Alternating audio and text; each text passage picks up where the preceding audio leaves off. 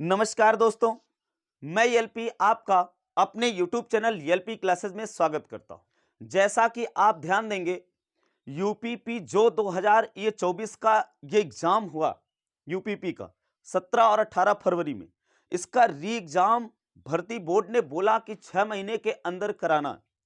तो पहले एग्जाम होगा या फिजिकल होगा? एग्जाम होगा तो ऑफलाइन होगा या ऑनलाइन होगा?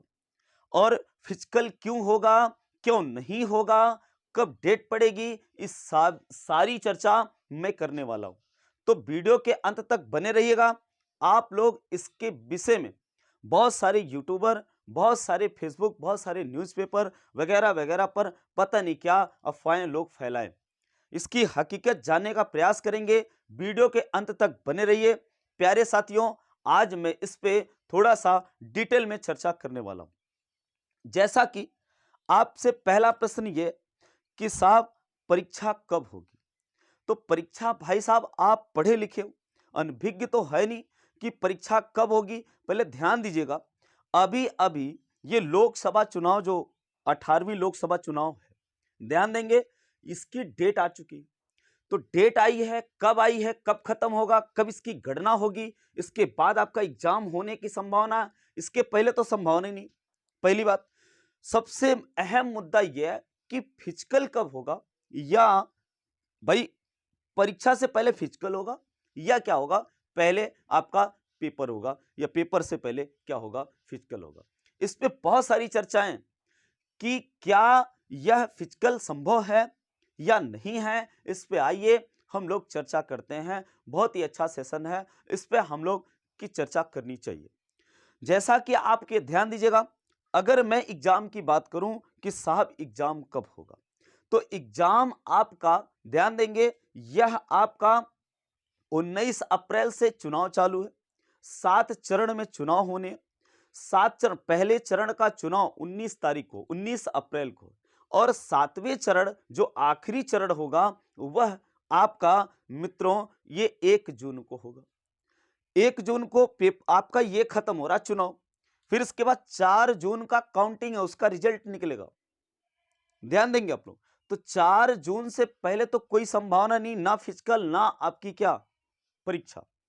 तो इसमें अब बात ये फंसती है कि भैया क्यों ऐसा कहा गया। कुछ लोग ऐसा कर रहे हैं, यार मैंने न्यूज़पेपर में देखा, न्यूज़पेपर में ये छपा कि भाई हो। यार कुल मिला के क्या है कि जो नहीं पढ़ा, जो पढ़ा भी है, लोगों के पास कंफ्यूजन पे कंफ्यूजन है। ऐसा भर्ती बोर्ड की तरफ से कोई ऐसा सूचना नहीं है कि मैं पहले फिजिकल करा रहा हूं या मैं परीक्षा ऑनलाइन करा रहा हूं या ऑफलाइन करा रहा हूं, ना ये डेट पक्की किए। तो ध्यान देंगे, जून जो 4 जून है आपका, 4 जून को तो ये क्या चुनाव के नतीजे आ जाएंगे। चुनाव के नतीजे के आने के बाद 4 जून के बाद आपके बारे में सोचा जा सकता है। तो अब यहां पर बात यह फंसती है कि भैया क्यों फिजिकल फिजिकल लोग चिल्ला रहे हैं। यहां पर जो आपकी भर्ती बोर्ड में अधिकारीगण हैं, जो उसमें पदाधिकारी हैं, उसमें कुछ लोग चर्चा चर्चा कर रहे थे कि भाई नकल विहीन परीक्षाएं होनी चाहिए। पहली बात तो नकल विहीन परीक्षाओं के लिए इसमें लोग चर्चा कर रहे थे कि भैया क्या मैं ऑफलाइन पेपर करा दूं, ऑनलाइन पेपर करा दूं, तो इतनी जो तादाद में नकल हुई, ऐसा जो पेपर लीक की संभावना ये कम हो सकता है। ये चर्चा की बात थी। अब कुछ लोग का कहना है कि नहीं, पहले आप फिजिकल करा लीजिए। तो ये बातें हैं, ना कि ये लिखित में भर्ती बोर्ड ने दे दिया कि भैया मैं फिजिकल करा रहा हूं। समझिएगा आप बात को। और एक गिफ्ट भी है, लास्ट में इसकी चर्चा मैं करूंगा। ध्यान दीजिएगा, थोड़ी देर रुकिएगा, लास्ट में मैं चर्चा करूंगा कि आपके लिए मैं गिफ्ट प्रोवाइड क्या करा रहा हूं। ध्यान देंगे, तो वो आखिरी में मैं चर्चा कर लूंगा, पहले इसकी बात कर लिया जाए। तो वहां पर चर्चाएं हो रही थी, तो ये थोड़ा सा न्यूज़पेपर वाले क्या है कि न्यूज़पेपर वाले छाप दिए कि ऐसी संभावना है, ना कि ऐसा है। तो लोग बस अफवाहें उड़ाएं कि वेल पहले फिजिकल होगा। तो मैं आपको बात बता दे रहा हूं कि इस पे चर्चा हो रही थी कि भैया मेरे कि यहां पर मैं ऑनलाइन पेपर करा दूं, तो ऑनलाइन पेपर कराने से इनको क्या लगा कि क्यों कहा गया कि ऑनलाइन पेपर करा दें, या मैं क्या करा दूं, पहले फिजिकल करा दूं। तो पहले फिजिकल को पकड़ लीजिए। फिजिकल इसलिए बोला गया कि फिजिकल वहां चर्चा हुई, ना कि ऐसा कोई वो है नोटिफिकेशन दिया गया। फिजिकल में ये कहा गया कि भैया जो 50 से अधिक लाख फॉर्म जो पड़े हैं, लगभग लगभग 48 लाख फॉर्म, जो मतलब 48 लाख विद्यार्थी क्या हुए परीक्षा में लगभग उपस्थित हुए।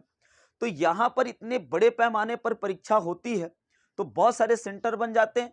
इसके कारण से कुछ ग्रामीण एरिया में आपका सेंटर चला जाता है तो वहां से लीक होने की संभावना। हम कह रहे हैं यार लीक करने वाले जब अंदर से ही हैं तो लीक तो यार कहीं से भी हो, कितने भी कम सेंटर हो, कितने भी कम बच्चे कर लो, उससे कोई फायदा नहीं होने वाला।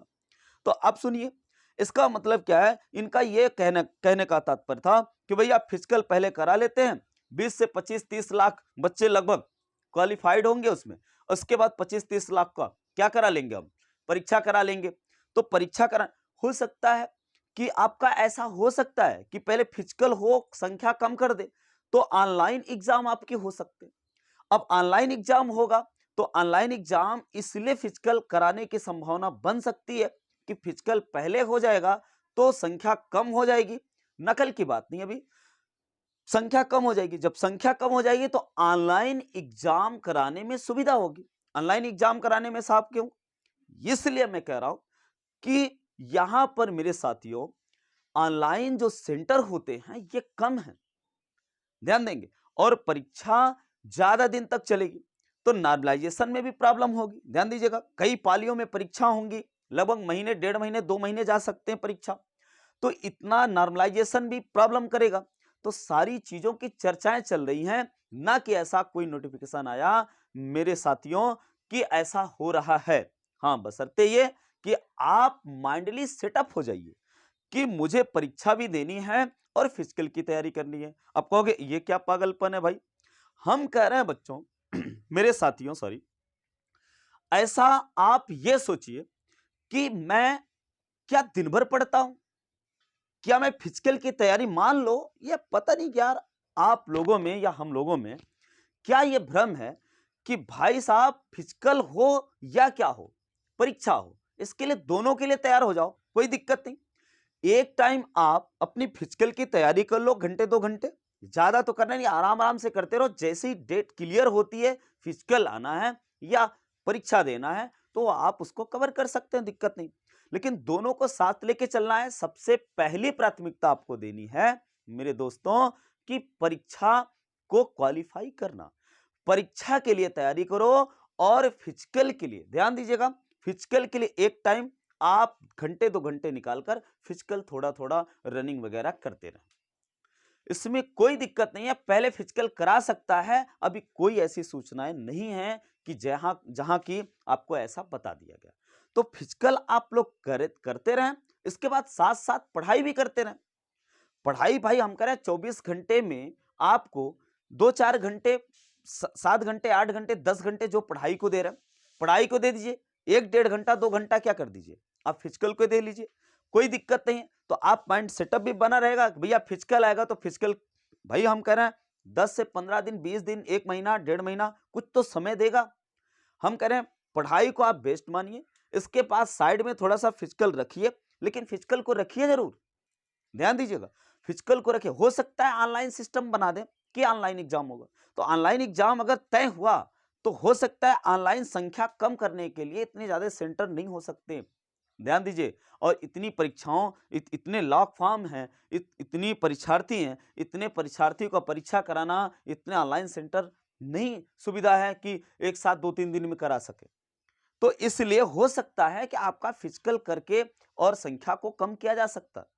तो आप फिजिकल के लिए भी तैयार रहें और पढ़ाई के लिए तैयार रहें, ठीक है। तो एक टाइम में आप कोई निकाल लीजिए, फालतू इशू नहीं, आप पढ़ाई को फोकस करिए और एक टाइम अपना फिजिकल की तैयारी करते रहे। अब साहब आप कह रहे कि सर आप ये बताइए, अब आप जैसे आरओ का था तो संख्या कम हो गई भाई, उसमें भी तो लीक हुआ था, ठीक है ना। तो ऑनलाइन हो या ऑफलाइन हो, लीक करने वाले करेंगे, उसमें दिक्कत नहीं, ये आपके सोचने की विषय नहीं है। हाँ यह है कि ये अपेक्षा जरूर होनी चाहिए कि भैया साफ सुथरी हो, ये गवर्नमेंट सोच रही है, ये भर्ती बोर्ड सोच रहा है कि आपका सिस्टम क्या है, कैसे कैसे होना चाहिए। और अगर ऐसा फिर कुछ हुआ, ऐसा ना हो, मैं तो यही दिल से दुआ करता हूं कि ऐसा कुछ ना हो कि लीक वीक हो और अच्छे से हम लोगों का पेपर अच्छे से चला जाए। तो आइए अब मैं आपकी गिफ्ट की बात करता हूं। गिफ्ट मैं आपको ये देने वाला हूं। जैसे देखिए मेरे दिनचर्या में थोड़ा सा व्यस्तता था, मैं थोड़ा सा समय निकाला एएलपी और यूपीपी दोनों के लिए मैथ जो होती है, मैथ से लोगों का बहुत डर रहता है।